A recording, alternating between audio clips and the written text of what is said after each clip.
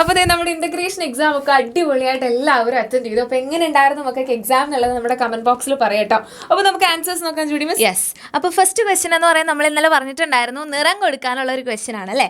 അപ്പോൾ ഇവിടെ നോക്കിയേ, ഒരു മുത്തശ്ശീനെയും അതുപോലെ തന്നെ ഒരു പാടവും അതുപോലെ കുറച്ച് വീടുകളൊക്കെ തന്നിട്ടുണ്ട്. അപ്പോൾ മക്കൾക്ക് ഇഷ്ടമുള്ള രീതിയിൽ എന്ത് ചെയ്യുക, ആ ഒരു നിറം കൊടുക്കാനായിട്ട് നോക്കുക, അടിപൊളിയായിട്ട് നിറം കൊടുക്കുക കേട്ടോ.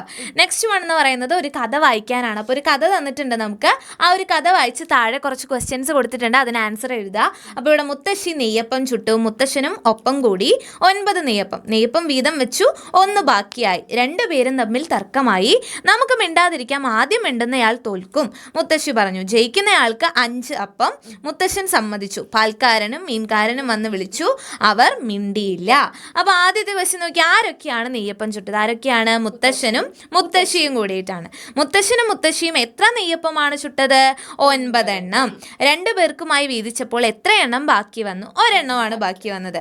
മുത്തശ്ശിയുടെ വീട്ടിലേക്ക് ആരൊക്കെയാണ് വന്നത്? പാൽക്കാരനും മീൻകാരനുമാണ് അല്ലേ. തർക്കം തീർക്കാൻ മുത്തശ്ശി പറഞ്ഞത് എന്താണ്?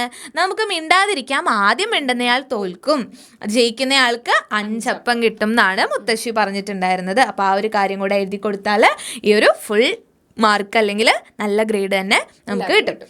ഇനി അടുത്ത ക്വസ്റ്റ്യൻ എന്ന് പറയുന്നത്, ഹായ് നെയ്യപ്പം, വീട്ടിലേക്ക് കൊണ്ടുപോയ നെയ്യപ്പം എത്ര എന്ന് എഴുതാനാണ് പറഞ്ഞിട്ടുള്ളത്. അപ്പോൾ മത്തായി ആണ് ആദ്യത്തെ ആള്. കിട്ടിയ നെയ്യപ്പം 15, തിന്ന നെയ്യപ്പം 7. അപ്പോൾ വീട്ടിലേക്ക് എത്ര കൊണ്ടുപോയിട്ടുണ്ടാവും? 15-ൽ നിന്ന് 7 കുറയ്ക്കുക, അപ്പോൾ നമുക്ക് 8 എന്ന് കിട്ടും. 8 + 7 15 അല്ലേ.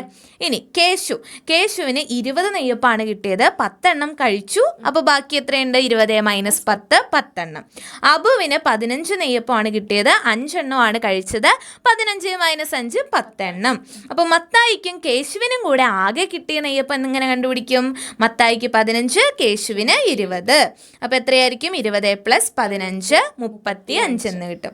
അതുപോലെ ആർക്കാണ് ഏറ്റവും കൂടുതൽ നെയ്യപ്പം കിട്ടിയത്? കേശുവിനാണ് അല്ലേ. 20 നെയ്യപ്പമാണ് കിട്ടിയിട്ടുള്ളത്. ഇനി അടുത്ത ക്വസ്റ്റ്യൻ നോക്കാം. അടുത്ത, നല്ല ആരോഗ്യത്തിന് നാം കഴിക്കേണ്ട ആഹാര സാധനങ്ങൾക്ക് നേരെ ചിരിക്കുന്ന ഇമോജി ഇടാനാണ്. അപ്പോൾ ഇവിടെ ബോക്സ് തന്നിട്ടുണ്ട്, അതിലേക്ക് വരച്ച് ചേർത്താൽ മതി. അപ്പോൾ നമുക്ക് ആദ്യം തന്നിരിക്കുന്ന പാലാണ്. പാല് നല്ലതാണ്, അപ്പോൾ നമ്മൾ അതിന് നേരെ ചിരിക്കുന്ന സ്മൈലി വരയ്ക്കുക. അതിനുശേഷം പഴങ്ങൾ, ഫ്രൂട്ട്സ് ആണ്, അതിന് നേരെ ഇടുക. പിന്നെ ഐസ്ക്രീമാണ്. ഐസ്ക്രീം നമുക്ക് എന്നും കഴിക്കുന്ന അത്ര നല്ലതല്ല, ഒരു എൻ്റർടൈൻമെൻറ്റ്, അതിന് വേണ്ടിയിട്ട്.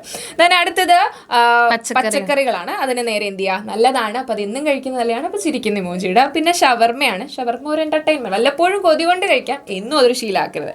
ഇനി അടുത്ത ഗോതമ്പ് അരിയാണ്, അതിന് നേരെ നമുക്കത് നല്ലതാ, നമ്മൾ ദിവസവും കഴിക്കുന്നതാണ്, അപ്പോൾ അതിന് നേരെ ചിരിക്കുന്ന ഇമോജി ഇടുക. ഇനി മീന്, മുട്ട, ഇറച്ചിയാണ് തന്നിട്ടുള്ളത്, അപ്പോൾ അതിന് നേരെ എന്താ, ചിരിക്കുന്നത് ഇടുക, അതെന്നും കഴിക്കുന്നത് നല്ലതാണ്.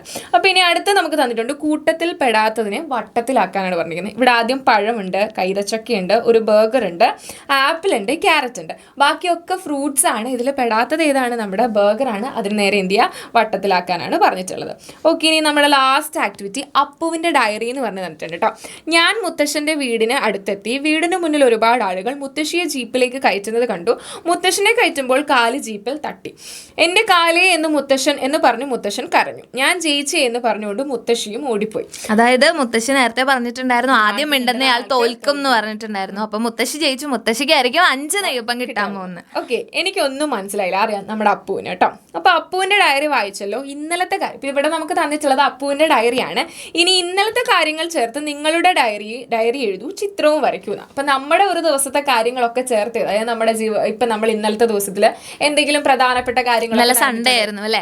അപ്പൊ ഇന്റഗ്രേഷൻ 1-ന് വേണ്ടിയിട്ട് നമ്മളിങ്ങനെ പഠിച്ചുകൊണ്ടിരിക്കുകയായിരുന്നു, ലൈവ് കാണുമായിരുന്നു, അതുപോലെ തന്നെ കുറെ ക്വസ്റ്റ്യൻസ് ഒക്കെ ചെയ്തു നോക്കി, നന്നായിട്ട് ഫുഡൊക്കെ കഴിച്ചു, കുറച്ചു നേരം കിടന്നുറങ്ങി. എവിടെയെങ്കിലും പോയിട്ടുണ്ടെങ്കിൽ അത് എഴുതാം. അങ്ങനെയുള്ള ഇനി എന്തെങ്കിലും ഗെയിംസ് ഒക്കെ കളിച്ചിട്ടുണ്ടെങ്കിൽ അങ്ങനെയുള്ള നിങ്ങളുടെ ഒരു ദിവസത്തെ കാര്യങ്ങൾ മുഴുവൻ എഴുതുന്നതാണ് നമ്മുടെ ഡയറി എന്ന് പറയും. അപ്പൊ എല്ലാവരും അടിപൊളിയായിട്ട് നിങ്ങളുടെ ഇന്നലത്തെ ദിവസത്തെ കുറിച്ചുള്ള ഡയറി എഴുതി ഒരു കുഞ്ഞു ചിത്രം. ഓരോരുത്തരുടെയും വ്യത്യാസം ഉണ്ടായിരിക്കും, ഓരോരുത്തരും ചെയ്ത കാര്യങ്ങൾ വ്യത്യാസം ഉണ്ടായിരിക്കും. ഒരു കാര്യം കോമൺ ആയിരിക്കും, ഇന്റഗ്രേഷൻ 1-ന് വേണ്ടി പഠിച്ച കാര്യങ്ങൾ അല്ലേ.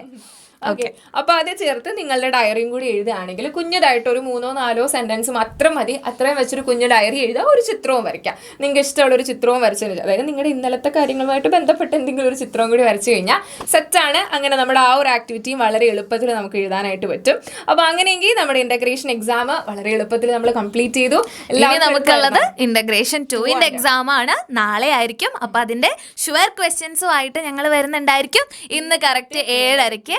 അപ്പോൾ എല്ലാവരും കറക്റ്റ് സമയത്ത് തന്നെ നമ്മുടെ ചാനലിലേക്ക് വരിക, അതുപോലെ തന്നെ ഫ്രണ്ട്സിനൊക്കെ ഷെയർ ചെയ്യുക. ഓക്കെ, അപ്പോൾ അടിപൊളിയായിട്ട് എക്സാം ഒക്കെ എഴുതുക. All the best.